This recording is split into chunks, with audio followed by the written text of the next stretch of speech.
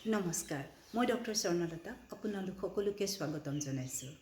আজি মই অলপ কথা পাতিব খুজিছোঁ আমাৰ নৱপ্ৰজন্মৰ মোবাইলৰ প্ৰতি আসক্তিৰ ওপৰত। সাধাৰণতে কি হয়, মই বহুত দিনৰ পৰা মন কৰিছোঁ, মোৰ ওচৰলৈ যেতিয়া ক্লিনিকত পেচেণ্ট আহে, পেচেণ্টসকলে কয়, বাইদেউ মোৰ ল'ৰাটো বা মোৰ ছোৱালীজনী ইমান মোবাইল চাই, আপুনি অলপ বুজাই দিয়কচোন। সেইখিনি সময়ত একচুৱেলি বহুত সময় নাথাকে, বহুত সময় দিব পৰা নাযায় যে মই কেনেদৰে বুজাম।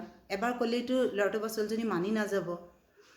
গতিকে মই আজি সমূহীয়াভাৱে কিছুমান কথা ক'ব ওলাইছোঁ। এইটো সত্য কথা যে আমাৰ নৱপ্ৰজন্ম সম্পূৰ্ণ মোবাইলৰ ওপৰত ডিপেণ্ডেণ্ট।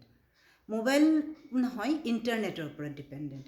মই নিজে মন কৰিছোঁ, আজিকালি ল'ৰা ছোৱালীয়ে ডিক্সনেৰী মানে অভিধান ব্যৱহাৰ নকৰে। কিবা শব্দ বুজি পোৱা নাই, মইতো গুগলত চাই দিয়াচোন। যিকোনো বস্তুৰ প্ৰতি যেতিয়া কিবা এটা নলেজ গেইন কৰিব খোজে, সেইটো গুগলৰ ওপৰত বা ইউটিউবৰ ওপৰত ডিপেণ্ডেণ্ট। আৰু সেইটোৱে কিছুমান ক্ষেত্ৰত আমাক সুবিধা দিছে, আমাৰ লাভ হৈছে, আৰু কিছুমান ক্ষেত্ৰত আমি কিছুমান ভুল তথ্য গ্ৰহণ কৰি কিছুমান আমি বিপথে পৰিচালিত হৈছোঁ। এতিয়া সেইবোৰ কথা পিছত পাতিম। মই প্ৰথম ক'ব বিচাৰিছোঁ, যদি আপোনাৰ সন্তানটো মোবাইলৰ প্ৰতি আসক্ত হৈছে, তেতিয়াহ'লে কি কৰিব?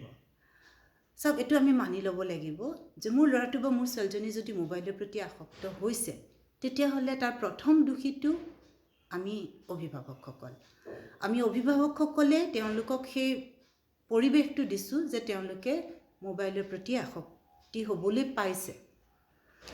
আৰু এটা কথা অৱশ্যে মই ক'ব বিচাৰিম, আমাৰ বিগত কৰোণা সময়খিনিত ল'ৰা ছোৱালীক আমি উপায় নাপাই মোবাইল দিব লগা হৈছিল। ৰাতিপুৱা 9টা বজাৰ পৰা 2টা বজালৈ যেতিয়া এটি শিশু মোবাইলৰ জগতখনত আবদ্ধ হৈ আছিল, বহুত সংখ্যক শিশু সেইখিনি সময়তে মোবাইলৰ প্ৰতি আসক্তিত পৰিছিল। এতিয়া কথাটো হ'ল, আসক্ত হৈ গৈছে, মোবাইলৰ প্ৰতি নিচাগ্ৰস্ত হৈ গৈছে। এতিয়া অভিভাৱক হিচাপে আমাৰ দায়িত্ব কি? এক নম্বৰ কথা, মই প্ৰথম কথাটো আজি যিটো কথা মই আপোনালোকক ক'ব খুজিছোঁ, আমি কোনো সন্তানক গালি দি, খং কৰি, কিবা শাস্তিমূলক বা কঠোৰ ব্যৱহাৰেৰে আমি তেওঁলোকক মোবাইলৰ পৰা আঁতৰাব নোৱাৰোঁ। আমি মানি ল'ব লাগিব যে মোৰ সন্তানটো যদি মোবাইলৰ প্ৰতি আসক্ত হৈছে, তাৰ মানে এইটো এটা ৰোগ, তেওঁ অসুখ হৈছে। আৰু যেতিয়া অসুখ হয়, জ্বৰ হ'লে আমি যেনেকৈ বেছি মৰম কৰোঁ, বেছি ভাল পাওঁ, আমি ঠিক সেই একেটাই ফৰ্মুলা আমি ইয়াৰ ক্ষেত্ৰতো কৰিব লাগিব। যদি দেখিছোঁ যে সন্তানটো মোবাইলৰ প্ৰতি আসক্ত হৈছে, আমি প্ৰথম তেওঁলোকক দিবলগীয়া বস্তুটো হৈছে মৰম। আমাৰ মৰম আৰু চেনেহেহে তেওঁলোকক মোবাইলৰ প্ৰতি যিটো আসক্তি আছে সেইটো কমাব পাৰিব, খং, শাস্তি, কঠোৰ অনুশাসনেৰে নহয়। তো প্ৰথম আমি মৰম চেনেহেৰে তেওঁক কি চায়, তেওঁ মোবাইলত কি চায়, আমি সেই বস্তুটো চাব লাগিব। তো মোবাইলত বেছি বয়স অনুযায়ী যে বস্তুটোৰ হেৰিটো বেলেগ।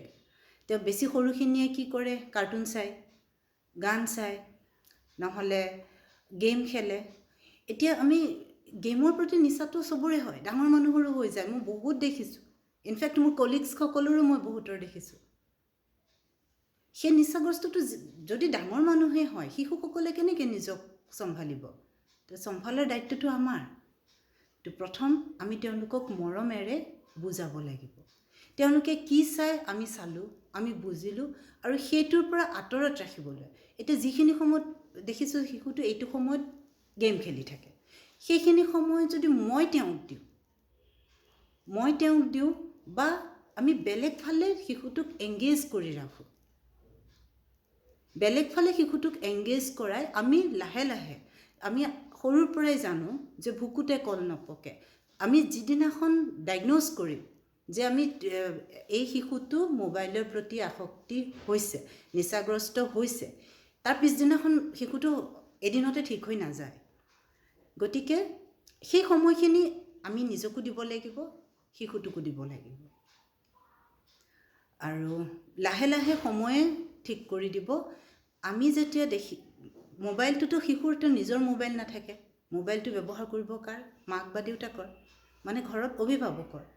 গতিকে অভিভাৱকে মোবাইলটো দিওঁতে বা কিয় দিব, কি কাৰণত মোবাইলটো শিশুটিৰ হাতত পৰিব, সেইখিনিও আমি চাব লাগে। আৰু এটা কথা, শিশু এটা যেতিয়া জন্ম হয় তেতিয়াৰ পৰাই মই মোবাইল চাম, মই অমুকটো কৰিম বুলি নাহে। সেই বস্তুটো আমি সোমোৱাই দিওঁ মূৰত। যেতিয়া জন্ম হয় তেওঁলোক সম্পূৰ্ণ নিকা, এটা ব্লেংক পেজ, তাত কি লিখিম সেইটো আমাৰ অভিভাৱকৰ কথা। তো আমিহে সোমোৱাই দিছোঁ মোবাইলৰ নিচা শিশুসকলৰ মাজত, কাৰণ আমি নিজে নিচাগ্ৰস্ত। গতিকে আমি প্ৰথম নিজকে সেই নিচাৰ পৰা মুক্ত কৰিব লাগিব। আমি যেতিয়া নিজে নিচাৰ পৰা মুক্ত হ'ম, তাৰপিছত মৰমেৰে আৰু বুজনিৰে শিশুটোকো মোবাইলৰ আসক্তিৰ পৰা নিশ্চয় আঁতৰাব পাৰিম। আজিলৈ ইমানতে আহিছোঁ। পৰৱৰ্তী সময়ত পুনৰ লগ পাম। ওম শান্তি।